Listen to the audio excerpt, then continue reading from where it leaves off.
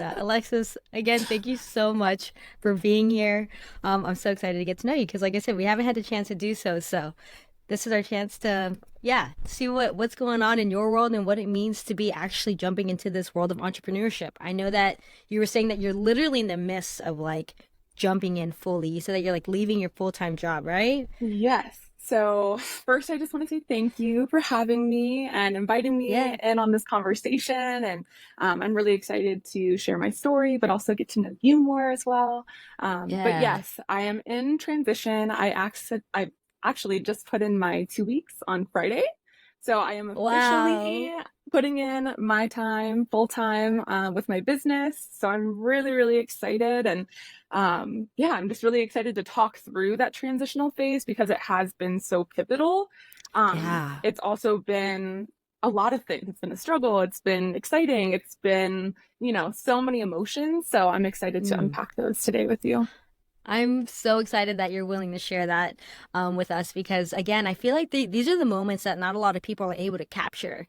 A lot of times when we see successful people and they're doing their podcast or whatever the case, they are kind of talking about from 0 to 100. You know what I mean? It's just like it went from this to that. But like to find folks who are literally in the midst of it, including Mhm. yourself, including myself, it's like I know that it's not all rainbows and butterflies, you know what I mean? So I'm just really Mhm. excited for you to share, and just for us to talk about like how to support each other in that process and, what could have been done differently or what you're anticipating or what we're kind of afraid of, and so I'm Me. really excited to talk more about that. My passion for fashion started really when I was a kid. My Hmm. mom has always been very into clothing.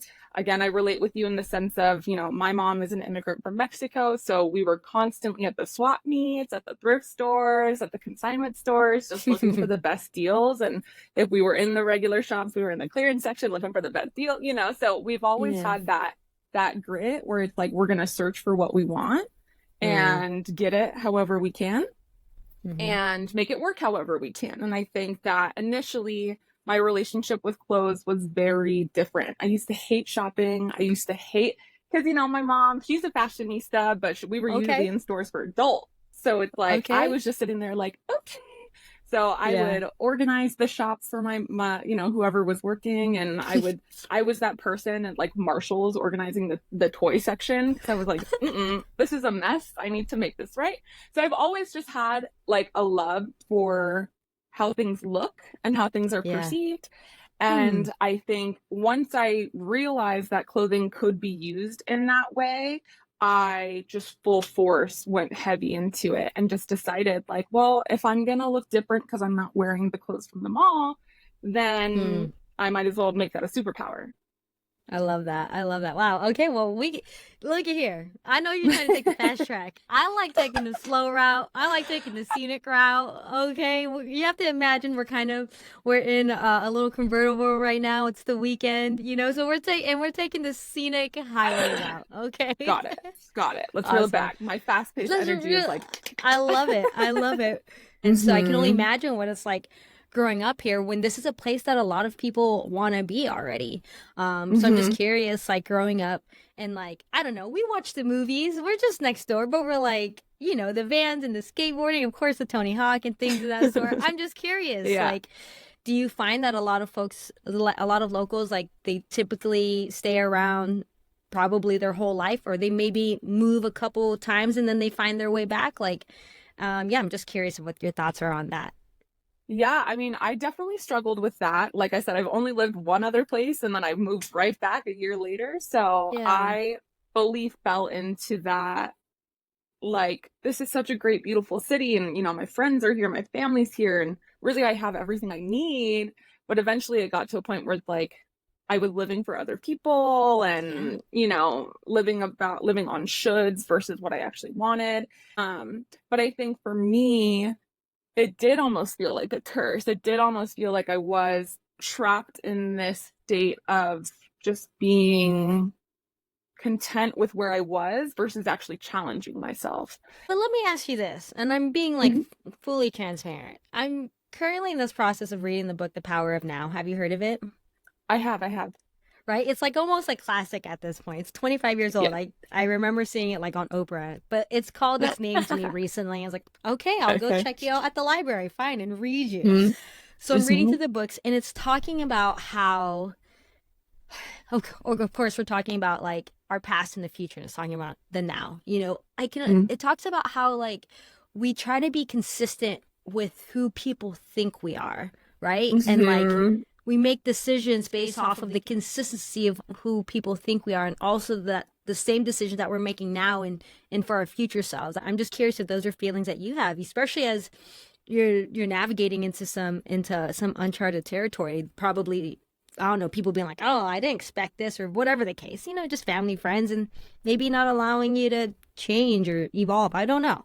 No, What are your most thoughts on most that? definitely. Most definitely. I think as a child of an immigrant, you're raised to kind of see things beyond yourself, and you're raised Mm. to support, I don't want to say everyone but yourself, but Mm. eventually Oh, you do it so much that it becomes a part of you.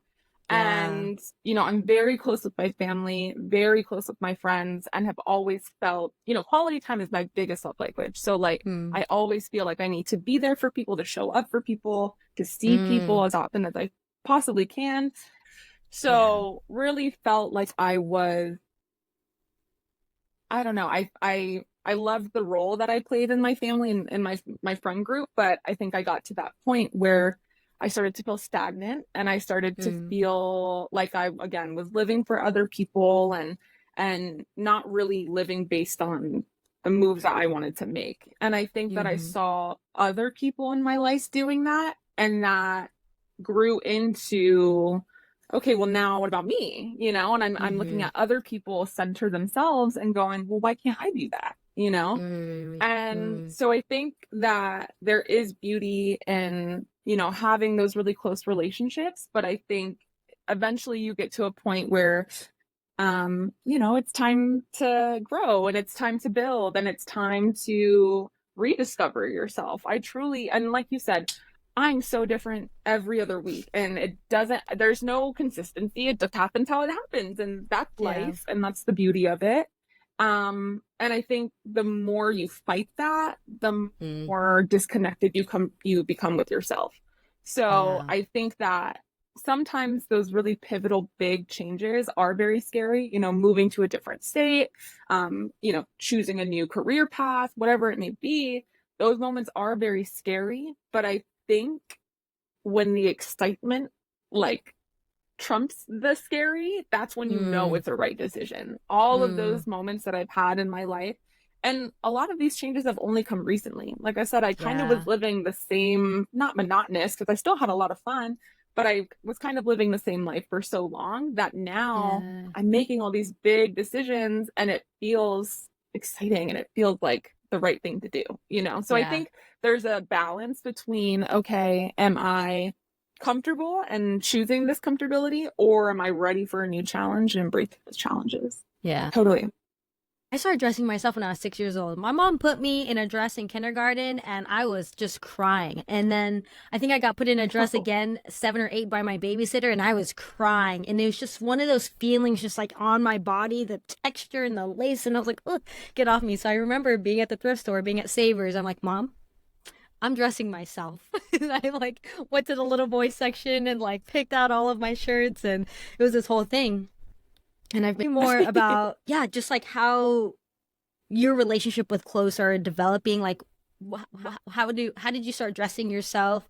Was it still very influenced by your family? You're saying you have a Mexican background. I'm not sure if those traditional pieces found its way in there. Hmm. And yeah, I'm just like curious, yeah, of just your journey with clothes. Is it something that you're like, oh, I just can't wait to put all these different kinds of textures and the colors? Like, tell us more about how your style has developed from a young person and now to as an adult.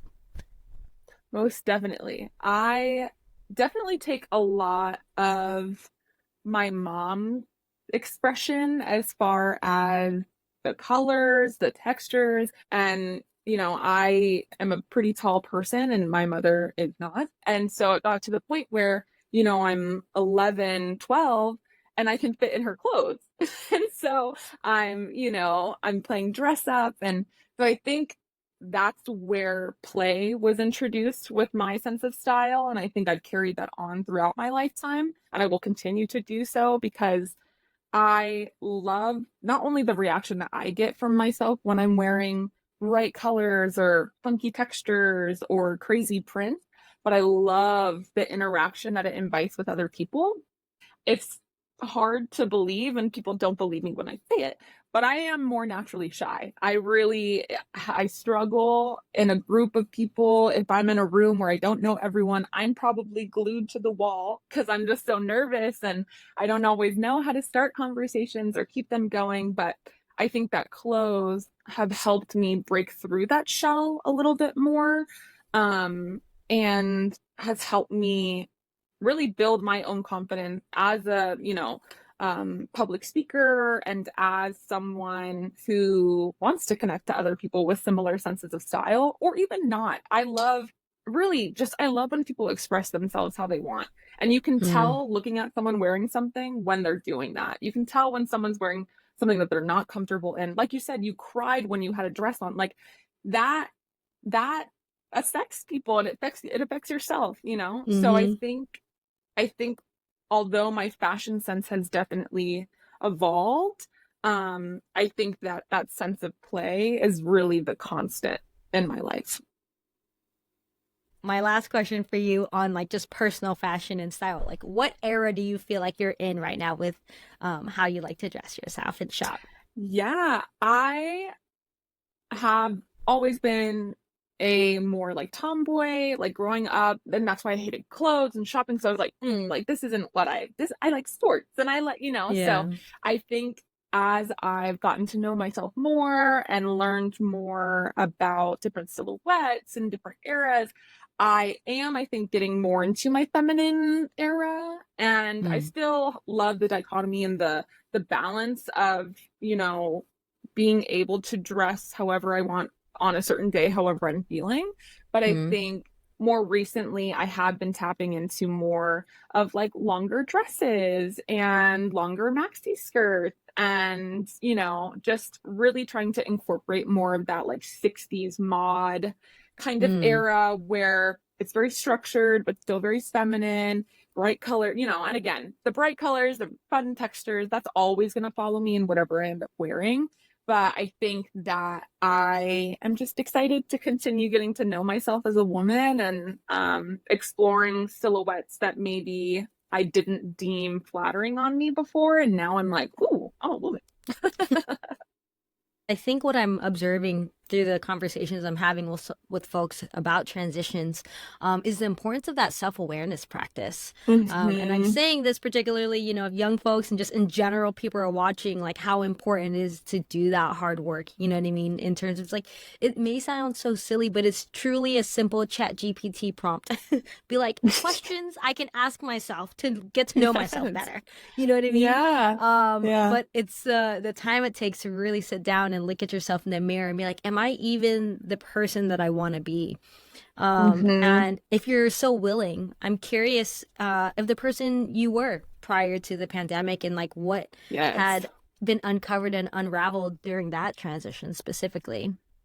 Yeah. I think the way I perceived myself, and I've talked to people who knew me during that time, is much different than how people would have perceived me and have told that they perceive me. So, like you said, self-awareness is key. I think I was also just younger, so I had a big old head and was very confident and very, what I felt was sure of myself. But what I realized was I was using different almost characters to be able to play defense as much as possible.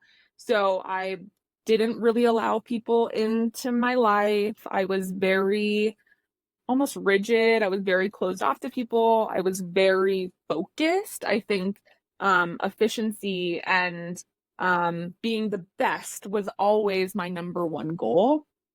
And I think that that just closed me off to people, and that's kind of what I wanted. But I think that the more I was able to become aware of what I wanted and who I was, that allowed for other people to connect to me. And um I think that as I've practiced more public speaking and as I've, gotten to know more people, even just throughout this past year, I've really gotten to know so many cool people.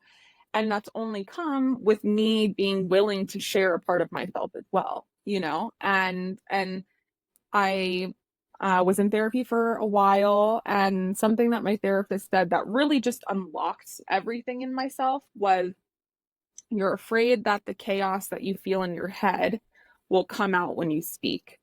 And that just blew my mind because I think that is where a lot of my shyness comes from. That is where a lot of my social anxiety comes from. That is a lot of where my depression comes from is, I fear that if I say too much or say the wrong thing, that the perception of me will be different. So I think dressing the way I do, acting as tough and as confident and as assured as I did, I think I was trying to control people's perception of me. And the older I've gotten and the more comfortable and assured I've become with myself in asking those questions is how I have not completely gotten rid of that anxiety, but it's helped a lot. And I think that there's a difference between confidence and, genuine, just being genuine. And I do think that I had moments of being genuine when I was younger. And I think I was a good person and I still feel that way. But I think that I've just gotten better, and I think that's the goal of life is just being able to evolve, check in, say, am I the asshole? Sorry if I can't cut on this. But yeah, but like, am I who I want to be, and am I happy with myself when I go home? So I think definitely understanding that a part of the process is messing up, a part of the process is being a hole sometimes, and a part of the process is understanding that like if you really want it, whatever it is, you'll continue to fight for it and you'll continue to get up after those failures or after those challenges and grow from them. Yeah. Yeah. I feel like someone unlocked something in me the other day. It was maybe like 3 months ago. And I say that because you said your therapist said something about like your chaos coming out, Hmm. and something that released me from all of this chaos. She told me, she's like, K Shore. I was like, yeah, she's like, I don't know how to tell you this, but you're a bad person. And I was just like, and I was like, wow, I've never heard Damn. that. I've Okay. never like heard that, right? Like directly to your face. Uh-huh. But I think it's the idea Sure. that like innately, like down to Hmm. like our animalistic selves and individualistic selves, like Yeah.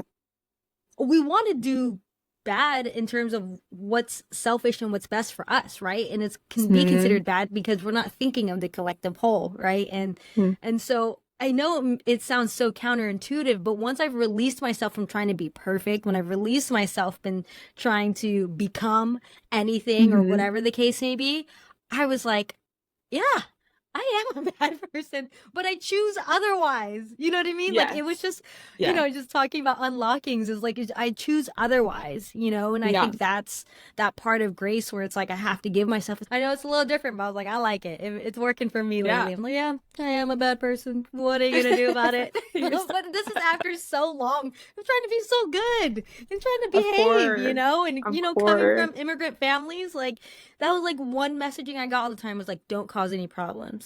Well, Yep. lucky for you, now I'm going to cause some good trouble. I'm going to, maybe not the trouble you thought, but Yes. it's going to be some good trouble, right? So just like that Yes. slight 10-degree perspective shift like has been a lot. And I think that's, when we talk about moving to different places and leaving our hometowns Hmm. and things of that sort, allows us to do that. But with all of that, we got to get to the good stuff. I told you we were taking a scenic route. You know what I mean? I was like, I need I to love get it. paid for my curiosity because I got questions, y'all. I got questions. Yay. All right, so tell me when this idea started brewing in you. Have you ever heard the book Big Think or Big Magic? No, I haven't. It talks Yeah. about how ideas come to us and Okay. they're looking for people to collaborate with, and that if you don't choose to collaborate with you, then they'll go to somebody else. And so a lot of times that's when you're like, oh, that was my idea. It's like, yeah, but you didn't do anything about it, so Yeah. you've done something with it. So tell us when this idea started percolating for you. Yeah. So once I took off that bit of time from work, I think that I I was still forming my idea, and it took a very long time. It wasn't a short time that I really formed what I wanted to do, and it also changed many a time. So I think that's also something to note for people who are building a business, is that it will change, and that's okay. Initially, when I started thinking about reselling again, obviously I had the experience at Buffalo, but I knew I wanted to work with clothes in some capacity. I knew that I wanted to just be around clothes. I didn't really care how I was around clothes, but I wanted to be around clothes. So I started reselling just online. And once you get those first sales, it's like, oh, I want more of that. I want to keep going, because I think it's almost affirming for me. Like, yes, like what I think is cute, other people think it's cute. So I just think that's really fun. But initially I knew that resale was going to be a part of it, but I also wanted a different avenue that would just be a more creative pursuit. I never necessarily considered myself a creative person, and it only took, 7+ years of working at Buffalo Exchange and all of my friends being like, "What are you talking about? You're very creative," for me to understand that. Because again, I think I used clothes almost as an armor versus like an expression. Like, it was an expression, but to me it was safe. I don't know. So I think that I wanted to incorporate something that truly was more on the creative aspect of me working with my hands, learning a new skill. I wanted to embrace clothes that had already been in production and were already made, as a way to combat the rampant excess that the fashion industry has and the role it plays in climate change and climate issues. And so I didn't want to encourage people to buy brand new dresses just to bring them in to get tailored. And while that is very important still, I just wanted to really highlight the beauty of secondhand clothing. Was there like you're like, like I could do this? Like, was it a feeling like I can do this better, or I've ran out of options, or like I'm not gonna go back to Buffalo, or because the upcycle game and Yeah. has become bigger? Like, what was it for you? What was starting to speak to you? I had taken on a pet sitting job, and I also started working for Crate and Barrel, and went back into the retail space and was quickly reminded why I got out and why I didn't want to be a part of it. So I think that was a huge factor in understanding, like, I don't want to be in the fast fashion industry that just continues to move things at a very quick process. I think too, I have tried to be a member of society that can support, uplift, and, you know, be there for people in different ways. Obviously there have been a lot of social justice issues that have been happening forever, but I would say that the discourse as far as protesting, I became a lot more involved with that, and was going to these protests and feeling like I wanted to show up more, but wasn't always sure how. And there's this really cheesy quote from a movie that I love, but I'll say it. It's called Robot. And it's an animated film, but one of the main quotes in it is, "See a need, fill a need." And Mm. I was struggling with finding my own footing within the movement, and wanted to, again, feel genuine in the ways that I was showing up, and knew that clothing had unlocked something for me, and felt like I could help other people reach that same sense of opening, but also understanding that clothes do have a detriment on the planet, and do have a detriment to communities that live around factories.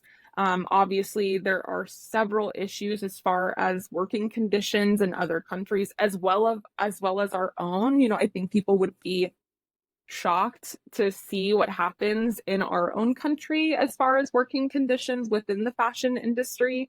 So I think that it was just a matter of me feeling confident enough in my ability to be able to speak about these issues with my family and friends, and having their support and telling me, you know a lot about this and you already enjoy it. So why not do more with it? And I think finding the right people that supported me through that journey and through the changing of my business over time really allowed for me to gain that confidence and really understand like I do know what I'm talking about. And I obviously there's always so much more to learn, but I think that's the beauty of a business is being able to learn as you go and grow as you go. And I can't say that there's a specific moment, but I think that building the community that I did just really allowed for me to see more for myself and more for the opportunities that come my way. So, what is the future of Snatched right now? Yeah, so I'd love to get into more events.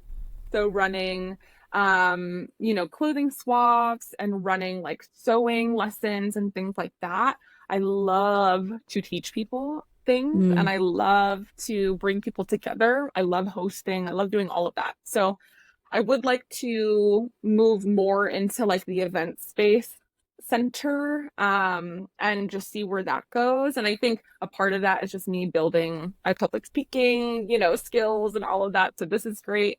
But yeah, so I do really want to see myself leading events where people can come learn more about secondhand fashion, learn more about the effects of the fashion industry on the planet, and just get excited about clothes.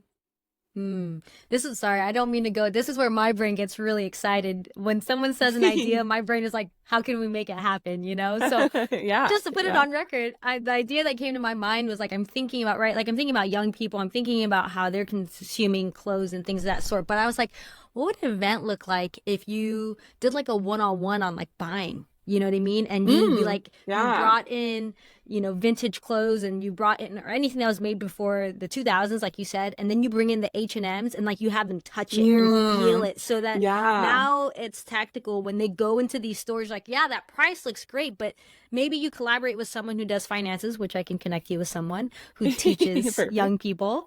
Um, but Shoot, be I like need help with exactly that too. So you know what I mean? But showing them like, hey, this $15 shirt, actually, this is how it stacks up over time every season. But you yeah. buy this one shirt. And so now, like, I feel like a young person going into those stores again, or maybe their family wanting to go in that store, like, yeah, mom, it's cheaper, but feel this. I learned it in this one class with Alexis. You know what I mean? So now Totally.